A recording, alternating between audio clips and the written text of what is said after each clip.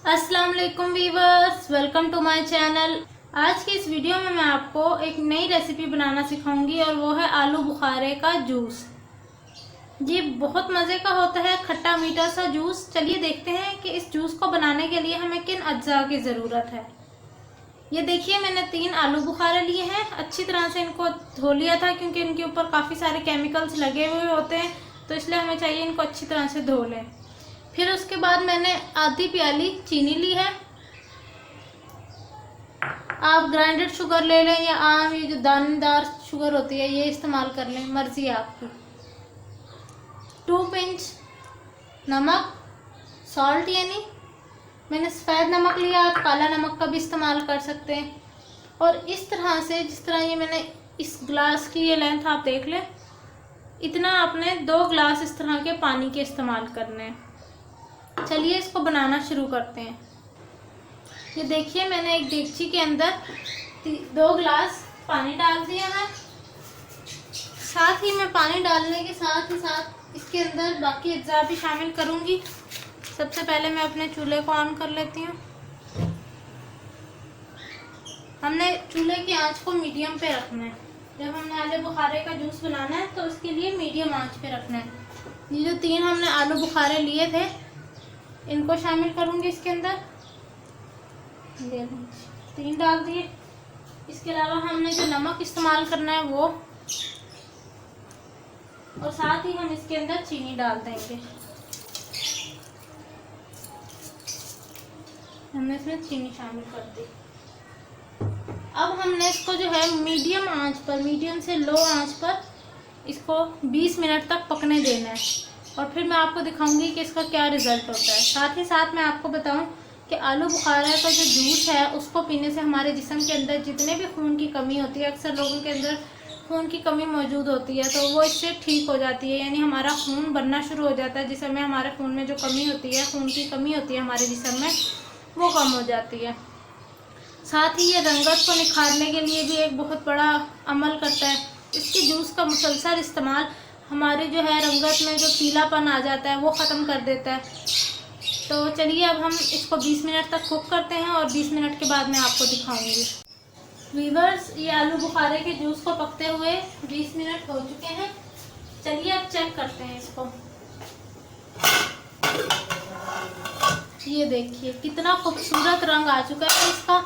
जितना भी आलू बुखारे का रंग था वो सारा पानी के अंदर एब्जॉर्ब हो गया।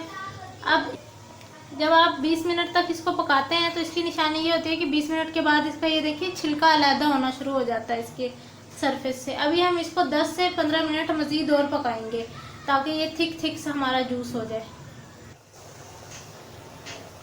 वीवर्स देखिए, हमारा जो आलू बुखारे का जूस है वो तकरीबन बस तैयार है। तो इसके ये छिलके हैं ये हम साइड पे रिमूव कर देंगे इस तरह से। ये देखिए, ये अभी मतलब 10 मिनट मुकम्मल नहीं हुए।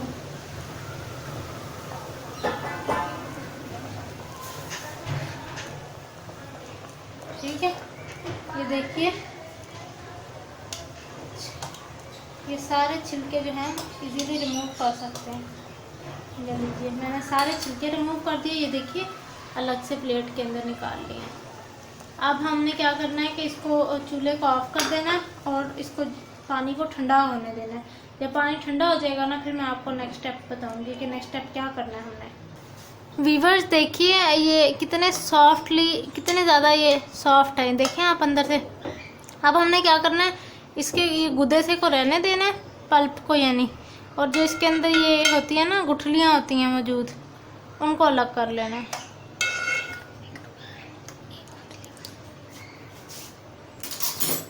ये देखिए इस तरह से करके, ये देखिए ये गुठली है इसकी, इसको इस चीज़ से अलग कर दें टोटली और ये वाली गुठली निकाल लें। ये देखिए मैंने पानी और गुद्दे को एक तरफ कर लिया और जो इसके अंदर मोटे मोटे से वो बीज होते हैं या जिन्हें गुठली भी कहते हैं अक्सर लोग, वो मैंने अलग कर दिया। अब हम क्या करेंगे कि इस सारे मिक्सचर को जो है ग्राइंडर के अंदर डालकर अच्छी तरह से ग्राइंड कर देंगे। लीजिए आलू बुखारे का जूस हमने ग्राइंड कर लिया है।